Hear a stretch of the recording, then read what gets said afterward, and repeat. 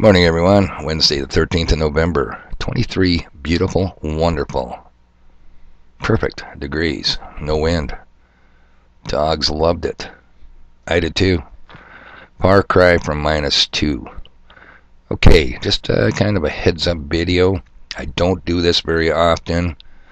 I have a lot of obscure, off the wall, you may say, conspiratorial theorist type sites inputs that come across your humble messenger's desktop that I watch so you don't have to. And pretty reliable source is riling things up early this morning, saying keep your eye on the big Marine detachment at 29 Palms, California, north of LA, don't you know. Combat readiness training, is it an exercise? Could be. They're going to invade another endless no-win war somewhere. Could be.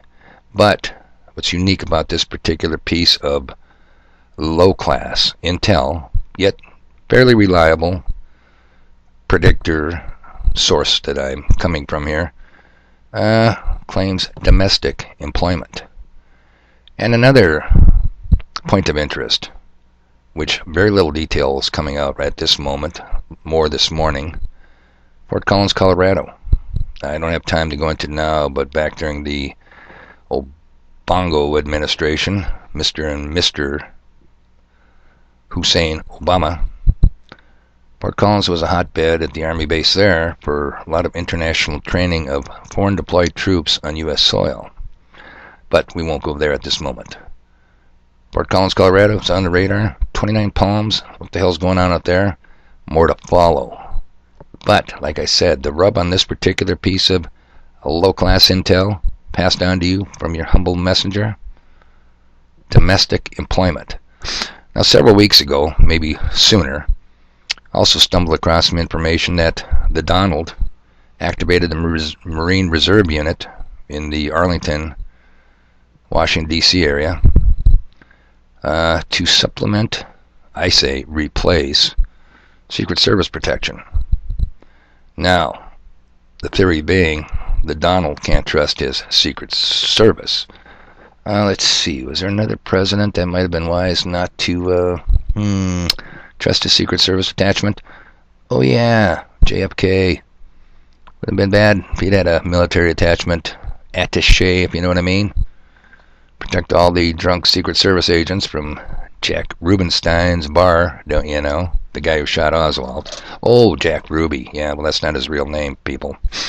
Okay, so what I'm saying is, today is the start of the dog and pony circus. The clowns are coming out in full force of the Trumpstein impeachment hearings. I think we all know our civics from 9th grade. The House indicts through the form of an impeachment process. The Senate tries the matter. So even if the House indicts, doesn't mean anything's going to happen from this. But I guarantee you the lamestream, weak stream, mainstream media will do nothing but cover it. So, good time to hide other news that you might miss. And another thing that I like that gives credibility to my sources is it passes the smell test.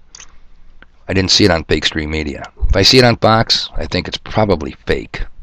Unless it's so big of a story, even they can't misguide us and cover it up. So a heads up in that regard. I didn't pass that on about the Marine Reserve Detachment because I can neither confirm or deny that and haven't heard much about it since. Like I say, don't have a lot of information on the Marine Detachment, the Marine base at 29 Palms in California. And like I said, very little input on what's going on at Fort Collins, Colorado. But keep your eyes open. Good time to have a false flag of some type when everybody's occupied watching Adam Schiff-Shyster do his impeachment hearings. Should be boring as hell. And finally, the other day when I made my last video, I come crawling out of level 7 of my deep underground base, and I see a perfectly blue sky.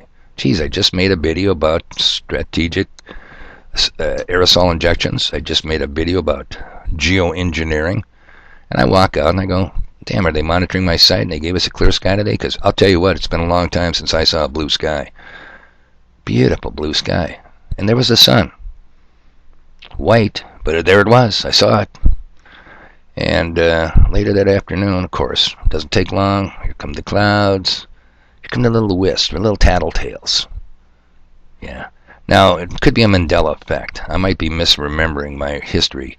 You know, Mr. X might be right. I may be senile. But it seems to me when I was a kid, if it was a blue sky in the morning, many times that same sky remained cloudless during the afternoon and into the evening, especially in summertime. Am I out there all by myself on this one? Was it every time you had a blue sky in the morning, by 10 the clouds started rolling in, by 4 o'clock you're under total cloud cover, yet no rain?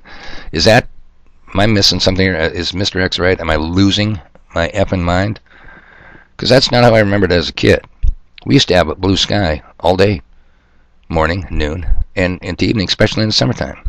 Wintertime, same thing. You know, I mean, the sun would reflect off the snow. Sure, it'd be 30 below out there, but blue sky in the morning, afternoon. I don't want to beat this horse to death. You know, it could be me. It could be, maybe I should have been the kid in first grade that pulled out the white color crayon. I don't know.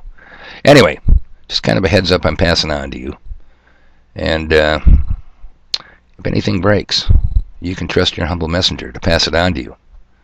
But be prepared. Don't be surprised.